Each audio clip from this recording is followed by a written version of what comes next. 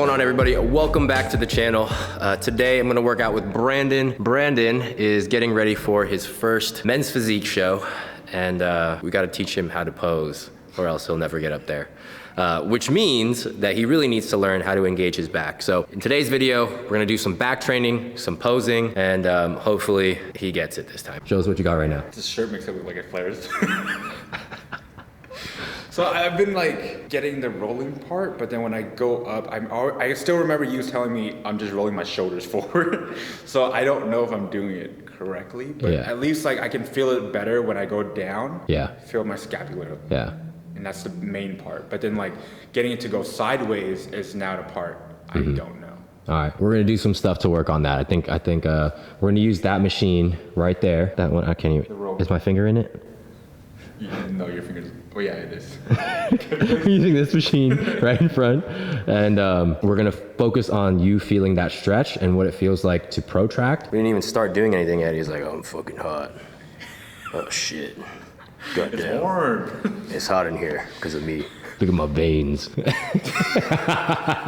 My first time. Yeah, so one thing was when you were posing in the most recent videos that you sent me, your delts look smaller because of the way you're posing. So you actually have bigger delts than your posing shows, because you're going like this, right?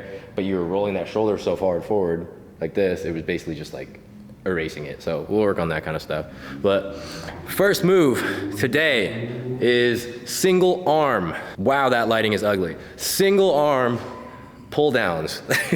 So the reason I'm gonna have him do single arm pull downs is one, it's a great movement, but two, when you're doing both arms at the same time, if you already have a hard time feeling it or feeling any certain side, it's gonna be hard for you to focus on it. So doing one side at a time is gonna help us isolate and really focus in on either side. And once he feels it on one of the sides, the thought process is he'll be able to translate that to the other side. So being really in tune with what you're doing, what you're feeling, and being able to translate it from side to side. Getting warmed up. Yeah. Choo choo.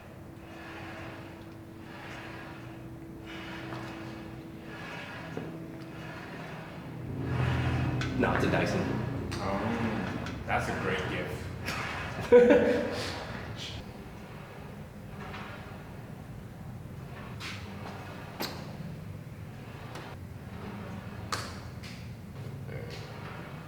Okay, you see how like your shoulders moving up and down? So go down first, get that feeling, get this feeling, keep that elbow in front of you. Turn a little bit this way, but as you're pulling, pull your chest through. Better, yeah. Keep the elbow in front of you. Feel that, right? Yeah.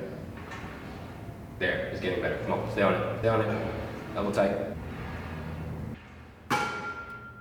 I think it's that turning, because when you try me turn, then I feel like it's a lot better. For me, for example, like my hips are turned this way. So in my right side, I'm already turned this way. So for my left side, it feels a little bit different. I have to it feels like I'm over rotating this way so that I can drive down. So you turn slightly to the side you're doing so, right? Kind of. Yeah. Just a little bit. Yeah. But like a mistake a lot of people make when they're doing this is when they're going, they turn as they're doing it. But when you're turning, you're using those muscles to move the weight. You want to keep your body locked in place so that the only thing that's moving is here, and that's where you're going to direct attention. Time for some big boy weight. See your last through your shirt, must be nice.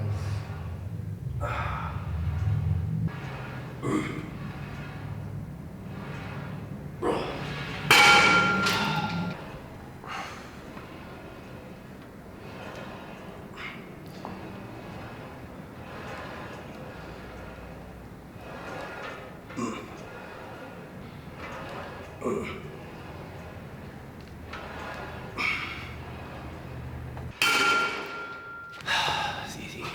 But lats are really important, especially in men's physique, because both poses revolve around having a solid V taper, so shoulder to waist ratio. Lats are included in there. Like, you want to have a straight V taper, and in order to be able to present that, you have to be able to flare your lats out. So that's the problem that Brandon has when he's posing. His lats are pulled back, so there's like shoulders, nothing, then his waist, right? You want to have this wide, that shit. That's what you want to have on stage. And so back training is super important.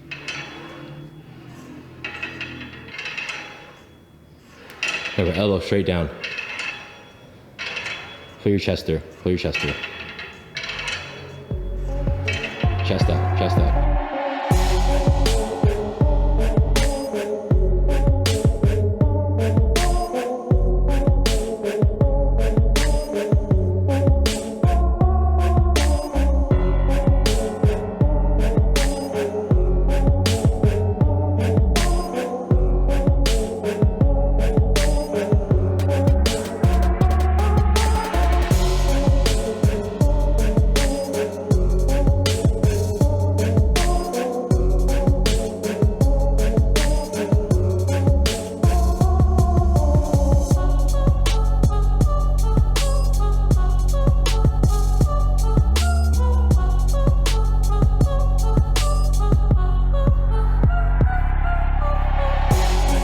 Try to engage it like you were doing with the pull up. There you go.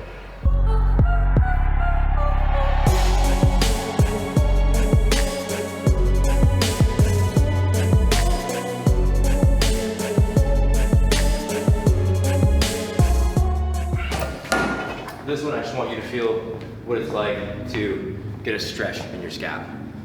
So that's gonna be the important part for flaring out your lats, right? Because what you're having a problem with is when you're posing, you're trying to squeeze them back and you're trying to flare them at the same time. You have to be able to push them out. We're gonna go here, we'll go single arm.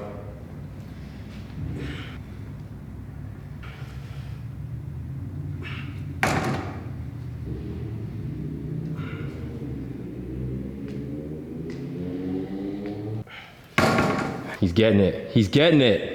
There you go. You feel it's getting hard, right? Pause. Yeah.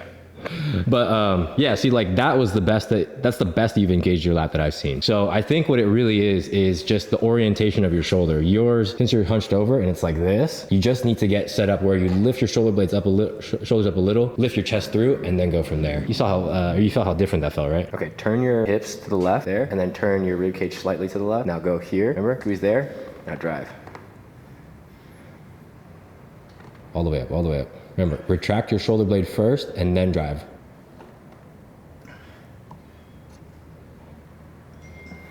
Feel it weird? Weird, yeah. At Golds? Now. If you train in Cerritos, Golds, Brandon thinks you're fucking weird. You're gonna get me canceled. You have a back. You gotta use it. All right, so reach back. Lift. There you go. Lift the shoulder up. There. Now turn the elbow in. There. Now retract scap. Now drive here. Sit your hips back a little bit. Put your chest into the pad. You're pulling all arm right now. So retract here. Squeeze it. Wrong shoulder. There you go. Good. Think about pulling the shoulder back.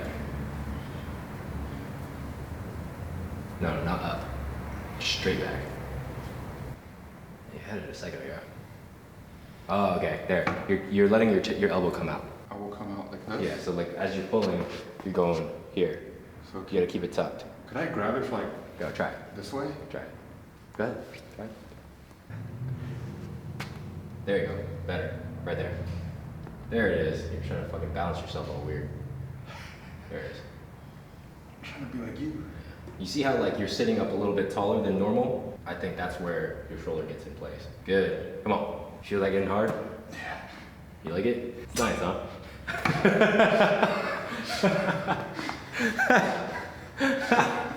I'm just sticking 4 fingers in me. Why, you want a fifth? I'll just use my fist next time. You sure it's gonna fit? Good. Fuck yeah, there it is. Man, fitness sounds so gay. There you go. You feel that? Yeah. It definitely is it all has to do with your posture and your shoulder. Good. Fucking getting somewhere. All time. Let's go. 2 years later. Literally. Literally. But I think that's the reason why I'm still having shoulder issues in this one. Yeah, well, I think it's just normally how your posture is now. I bet you sleep on your side, so you're like this too. I don't. I sleep like that. I used to sleep on my sides. I used to sleep like this. Yeah. But then when I started getting shoulder issues, I had to like not put my hand under my pillow anymore. So that's why But when I saw Ant a couple weeks ago, stuck his whole arm in my lats and left it there. Yeah? Like he had me lay down just flat, and then he like went under. So I went to go see Ant, and he was like, all right, lay down flat. And then he stuck his hand in my lats like this. Oh, okay. And I was like, ah. And he was just like, you gotta get through it, bro. You gotta get through it. And I'm just like, ah. Was he like telling you to breathe? Yeah, he said just breathe. And then he goes, how you been, bro? I'm like, I can't talk. So is that what the kids call lats these days? Come on, baby. 2 plates. Your real lats, not your lats. My real lats.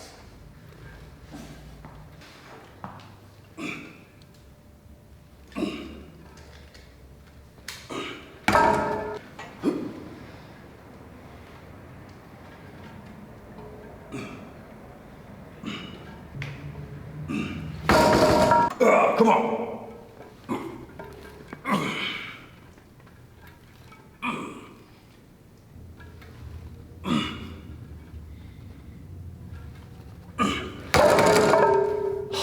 Go.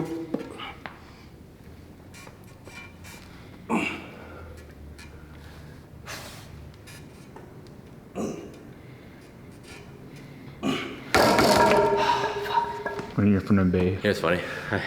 I was taking videos. I was trying to do like a video like what I ordered when I went out, right? So I went to like pepper lunch. I had that camera and it was like underneath my jacket and I just wanted to film like the menu and whatever. And I saw that the girl was like looking at me weird and I was like, oh, and I like put it down. I was like, I wonder. I was like, there's no way she knew. And then now looking at the camera this way, there's a fucking big red light that tells you it's recording. So she was probably like, I was aiming it at the menu, so.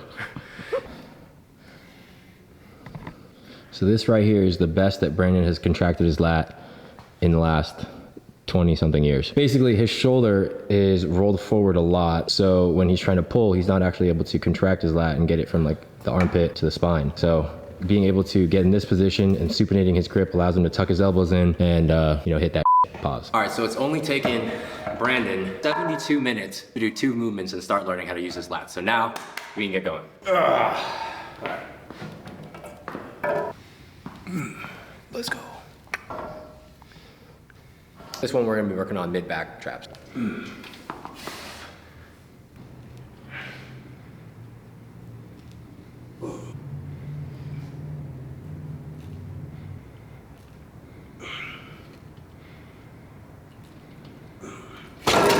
know if that's my shoulders or not. Making some noises. Key here is focusing on retracting your scapula, so squeezing your shoulder blades together, boom. And then as you're pulling, you're driving those elbows back to get a deeper squeeze. You don't want to pull with your arms without contracting your back. If you want to train your back has to be stretching and contracting. So at the bottom, let your shoulder blades pull apart. You should feel it stretch in your mid-back. First move, boom, retract your shoulder blades, then drive the elbows back, squeeze, go back down. Look at Brandon getting the back. I almost said baby got back, but that would have been gay. Oh, I guess I just said it. Oh, you're way better at training your mid-back than your lats, so that's good. Got something. But I think it looks like you're better at getting into the right position now. Yeah, I think you're recognizing the way it's supposed to feel. Sheesh, veins popping out the shoulder. Like right now.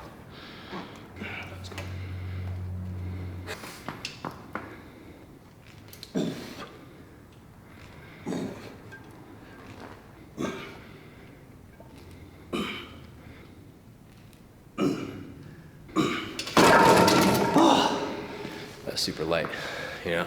So, what's most important for your first bodybuilding show? What's most important for your bodybuilding show, to me, is making sure that you have a good prep, right? Most people get into bodybuilding because they're insecure, because they probably have a poor relationship with food, something like that. And when you have a shitty first prep, it just makes it worse, right? So if you're motivated enough, you can do that extreme diet, right? Because you're motivated, but that motivation is eventually gonna fall off, which is after the show. And then you're more deprived, you're more hungry, and you go off the walls and you get fatter than you used to be. And then it's depressing because now you've seen yourself at your best and now you're at your new worst. And it makes all of your original problems worse, right? So having a good prep starts by getting lean first for the first time for people that have never been lean before, and just understanding what that process is like. Because when I first started, I used bodybuilding as a way to get in shape for the first time. That was my accountability. And I did it, but afterwards I went fucking crazy. I started eating all this shit, right? So my relationship with food was very extreme. I was either 100% dialed in on my diet, eating chicken breast tilapia and that's it, or I was out there eating donuts and pints of Ben and Jerry's and shit like that. So I think the most important thing for people for their first show is making sure that it's set up in a way to where they can be successful long-term, because bodybuilding is just once in a while, right? Even if you're a full-time competitor, you don't compete all year round every year for the rest of your life. And so setting yourself up to have a successful, healthy relationship with food and relationship with your body comes from understanding, how do you make this a lifestyle? How do you make sure that the way that you're eating, the way that you're training, you know, the activity level, meal prepping, cooking, whatever it is it something that you can do long-term and sustain? Because if you can't do that, you blow everything you have on this one bodybuilding show and then you get fat for the rest of your life. It's like, was that really worth it? Probably not. And then the second thing would just be enjoy the process. I was talking to Gil today on my podcast, Lean and Lion Hard podcast, Spotify, Apple Podcasts, Google Podcasts, you know, look me up. But one of the most important things is being present, because especially as an amateur, right, like you always have the opportunity to be in the top 5 if you are conditioned enough. You know, size is important too, but conditioning is king in the NPC, right? And so if you know that you can get shredded, you will always have a shot in the NPC. But as you move up, you know, it's very easy to get tunnel focused or tunnel vision on becoming an IFBB pro. But when you get there, you don't really think about the fact that you go from being the top of the NPC to the bottom of the IFBB. And while everyone can be successful in the NPC, not everyone is cut out to be a top level pro and place top 5 and, you know, go to the Olympia. You know, that's the cream of the crop, right? So if you never enjoy your first few shows, or, you know, being an amateur competitor, then you're missing out on a lot of good memories and just feeling satisfied with yourself. And then you realize, oh fuck, those moments are behind me now. All right, you don't have to be sad. It's okay that you have to take the weight off, you know, it's understandable. It's about the contractions, it's not about the weight. Yeah, you just gotta give birth with your back, you know? Okay. Don't rock back and forth with your back. Step your feet back. Right? Jam your chest into the pad, right? Nothing up, nothing moves here. You're gonna go retract your shoulder blades, boom, go. Retract first and then drive. Retract first. What I want you to do is feel the stretch in your mid back, right? So as it's at the bottom, you feel your shoulder blades stretching apart, and right at your spine, you feel the muscles stretching. That's what you want to feel. And first move, boom, squeeze them together, then you drive them back with your elbow. Yeah, can't crush the bling. All the way down, stretch. All the way down. There you go, boom. All the way down. I'm dying. Ow, my knees. The reason I said that is just when people don't focus on the stretching and the retracting, usually they end up just pulling with their arms because they keep their back at the same spot, but then they're just doing this, right? The point is to contract your back, you have to go stretch, contract it. So your shoulder blades have to move to be able to do that. But if you're locked in one place and you're just like yanking with your arms, then not getting anywhere. Gotcha.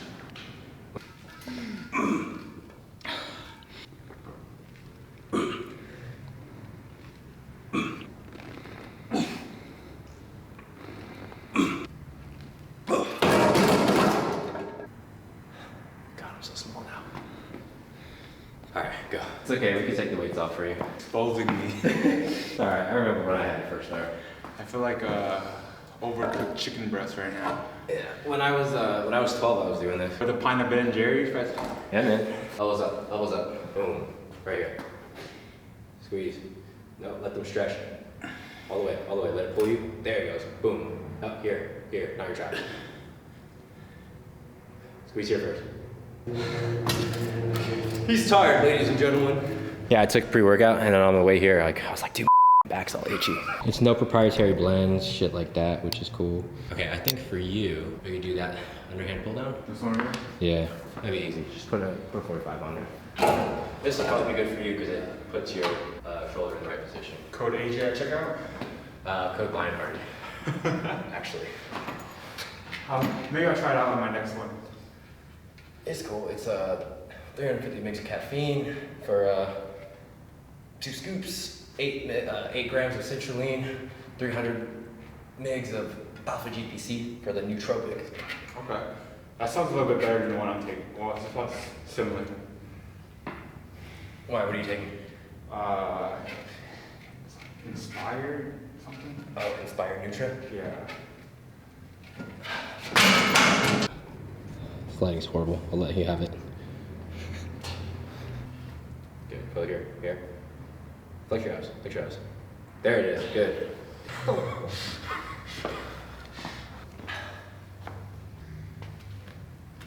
Oh, okay.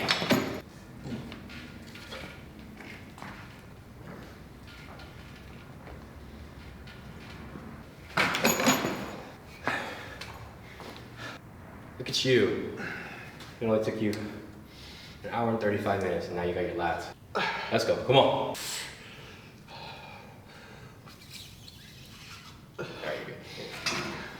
All right, so Brandon is quite taxed because this is the leanest he's ever been. And on top of that, he's never really used these muscles before, so it's very taxing. We're gonna have one more movement, so that's uno, dos, tres, cuatro. So do a pullover and then pose a little bit. If I were, let's say, after the first show and I wanted to do a second one, when would you recommend that? Doing a second show would be highly dependent on how good you are post-show. Because a lot of people have trouble, you know, because you see yourself on stage, you get to go out and you get to do whatever you want for a day or for the night and for Sunday, and you're, you know, going crazy eating fucking Ben and Jerry's and whatever. And a lot of people have trouble reeling it back in. So it's more dependent on that. Because if you can do it, you can do, you know, theoretically the show in 2 weeks or, you know, 3 weeks, whatever. But you don't want to drag it on too much. So like if your show is this weekend, you don't want to pick a show that's like 8 weeks away. That's a long time to be shredded. Yeah. So yeah, it just depends on like if you can stay on track. Because there's a lot of shows at the beginning of the year that you could do. It's just dependent on like if you're going to be in a position to do it. Because like if you pick a show that's like 6 weeks away and you break 3 weeks out, you're gonna feel that pressure of like, oh, the show's coming up, but I don't look good, and I keep cheating, and then it just gets worse and worse and worse. Yeah. Okay, that makes sense. I think I would rather take a break for a little bit and then like just focuses more on like posing, growing, contract, like all that stuff, and then consider it again later after. Yeah, you can do that. I mean, it depends. Like everyone feels different after their first time. Yeah, exactly. And I won't know for sure until we do the first show, and then from there we can decide. Yeah, you don't know, because you might do it, you might be like, dude, I'm fucking sick. And you might want to do it again, you don't know. Alright, so at the bottom, bend over. So I want you to feel the weight pull you up like this, so it's going to stretch your lats up top. Okay, so bend more at the hip. Yeah, so bend at the hip at the bottom, so it's going to pull you up, so it's going to pull, or it's going to stretch your lats. And then as you're coming up, you're going to come up slightly so that it's pulling this way, right? So bend over here, there, so you feel it pulling you up, right? Stretching your lats. Now you engage your lats, boom, and you're going to pull, and as you're pulling, you're going to come up slightly. So come up from the hip a little bit. Yeah, more, and you're going to drive these elbows back behind. Think about driving your elbows like back behind your hip. Let's go!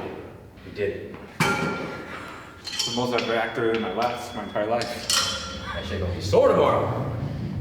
Actually, in 2 days. Yeah, so you want to start down here with your head through your shoulders, because this is going to pull on your lats, right?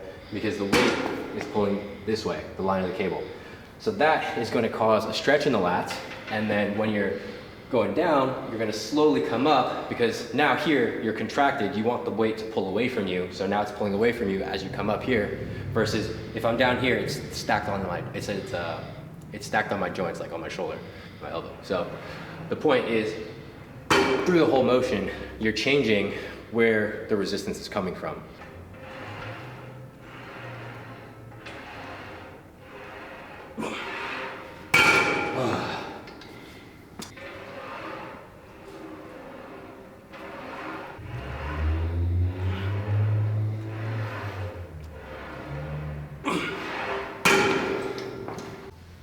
Now arch your lower back and then push your chest to the ceiling. Almost like arch your chest up to the ceiling. There you go, as hard as you can. Pause. All right, so when you're thinking about posing, right? The goal is you want wide shoulders, wide lats, and a small waist. So when you're looking at the judges, right, or you're looking straight on, this is where your waist is gonna be the biggest, right? So in order for you to create that illusion, you want to turn your waist away as much as possible, right? Because this, to the judges, is going to be way smaller than straight on. So you're going to go, look, waist is about like 45 degrees away from the judges. Open up your lats, and you're going to turn just enough to where it looks like you're facing forward, but the one thing you don't want to do is overcommit on this turn, because if you turn and you're here, this is where a lot of people get stuck, and it's hard to control your abs. Your waist looks bigger because now you're facing more front, and when you're pulling back, your chest is going to get small because you're stretching out the chest. So you want to go here, flare out your lats, just turn just enough so you can see this back shoulder, and then you can create this V-taper right here, and then it just looks like you're facing the judges, and it looks like you're straight on, but you're not. So that's the goal, to create the V-taper. You're trying to turn by pulling your shoulders. I just want you to flare, and think about like if you're standing here and I said, turn with your abs. There we go. See, that's better. You're still pulling back, but so try and flare the lats out from there. Lift your shoulders up, squeeze, and then push. Yeah, so here, you're gonna turn this way, and you're just gonna turn like right there, and you're gonna try and flare this lat. So you're pinching this side. There you go. So as you get better, you'll be able to flare this lat and let this arm just hang on the lat, right? So that's what I'm looking for, right? Because if you have too much negative space between your arm and your body, it makes your arm look small, and it makes everything else look small.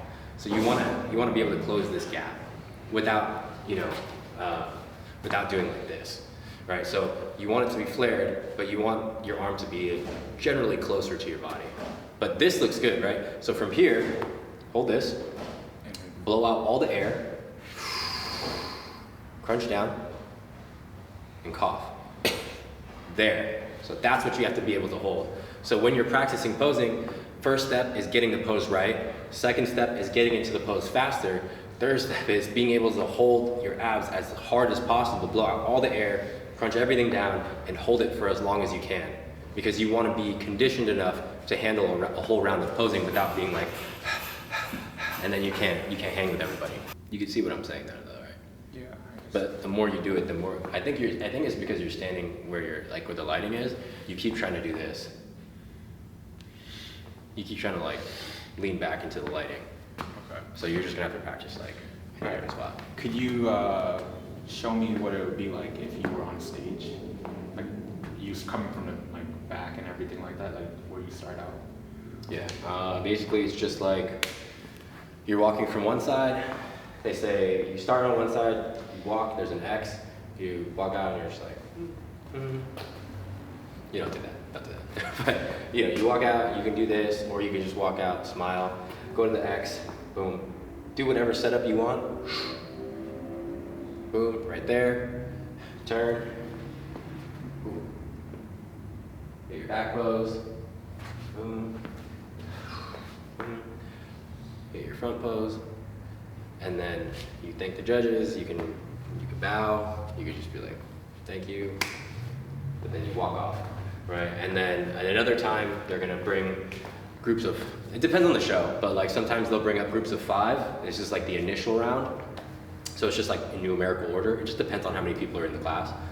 And then they'll compare the first 5, and then they'll separate you on either side of the stage. So like, 5 people here, 5 people there, or whatever the fuck it is. And then they'll call you out by number. So like, give me numbers 2, 7, 10, 11, 12, and 20. That's the top 5. That's the initial top 5. And so those people, they're on stage. It's 5 of you right here. You're all hitting your poses like this, right? And then as you're hitting your poses, the head judge will tell you 2 and 5 switch. So like you raise your hand, you look for whoever the other person is, and you guys switch places. And so what they're doing is they're comparing that top 5 next to each other. The thing with the NPC is that it's very obvious usually who is the best. Usually. It's usually not that tight of a race. And it's just dependent on conditioning. So that's why I said conditioning is king in the NPC. If you can come shredded, you have a chance. But yeah, so basically there's the 5 of you or more, you're all on stage, and whoever's in the middle is first place. And then it's like first, second, third, fourth, fifth, and so like they're comparing everyone to everybody else. So sometimes if it's tight, they'll give you, you know, a chance to work. So like they'll put everyone in different places. If it's super obvious and they know off the bat, they're just gonna be like, number one's gonna be in the middle, boom, boom, boom, boom, and then they're just gonna have you spin around a couple times or maybe once or twice, and they're gonna know for sure, and they're gonna be like, all right, thank you, that's it. Like, not routine, but like you're still doing your posing. Well, there's only 2 poses, right? So it's just your front. You can have variations of the front. So like some people will go no hands on hip, and then they'll come back and they'll go hand on the hip. Like I could do that. Not everybody could do that. And then you're gonna have the back pose. The back pose, you're only gonna have one, right? But the point is, like, to give yourself the best chance of winning and them seeing you at your best, you have to be able to get into the pose fastest, because whoever's gonna get in the fastest, obviously everyone's eyes is gonna be drawn to them because you're the only one in the pose, right? So I'm not saying like rush into it, but if you're here, right, and they say everyone turn to the back, don't be like, you can either play it one way where you're the last person to turn, but that might hurt you, you know, everyone's turned around and you're in the front, or you could just be like, all right, boom, and you're the first one in, and then they get to peek you first, right? And another thing is you have to be able to hold the pose as long as they ask of you, because sometimes you might be standing here and it might be like 45 seconds and they're just like talking to each other. And so you have to be able to stand here and not look like, you know, because one thing that makes you look worse is if you're up there, right? The judge is looking at you and they're like, oh, I don't know who's better, him or him. And then all of a sudden you're like, and you start breathing hella hard, and then you lose your abs, it's not tight. Because then they're like, all right, well, I can only judge what I can see. That guy, he can't, you know, it's not, if it was tight, you just lost. So being able to hold that pose, that comes down to, you know, like the conditioning of like how much you practice, but also that shows confidence on stage. And it is somewhat of a pageant, right? Like if you can come out and you look likable, you look prepared, you look like the fucking man, then that says one thing. If you come out and you're like,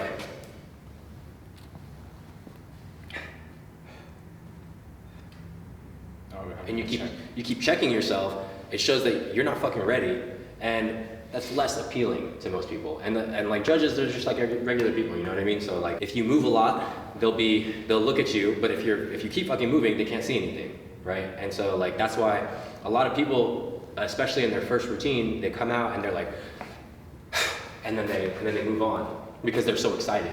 But you have to be able to go, get in your pose, hold, look at all the judges, and then move on. Because there's like this thing that happens where you're posing, you walk up and you go, as soon as you feel like you locked it in, you're like, damn, got it, and then you move on. But not everybody got a chance to see. And so especially during comparison rounds where you're being compared to other people, if you're not in your pose and they're in their pose, it could make you look worse, you know what I mean? And if you can't get back into it, it's also worse. I didn't even notice all these small details. Yeah.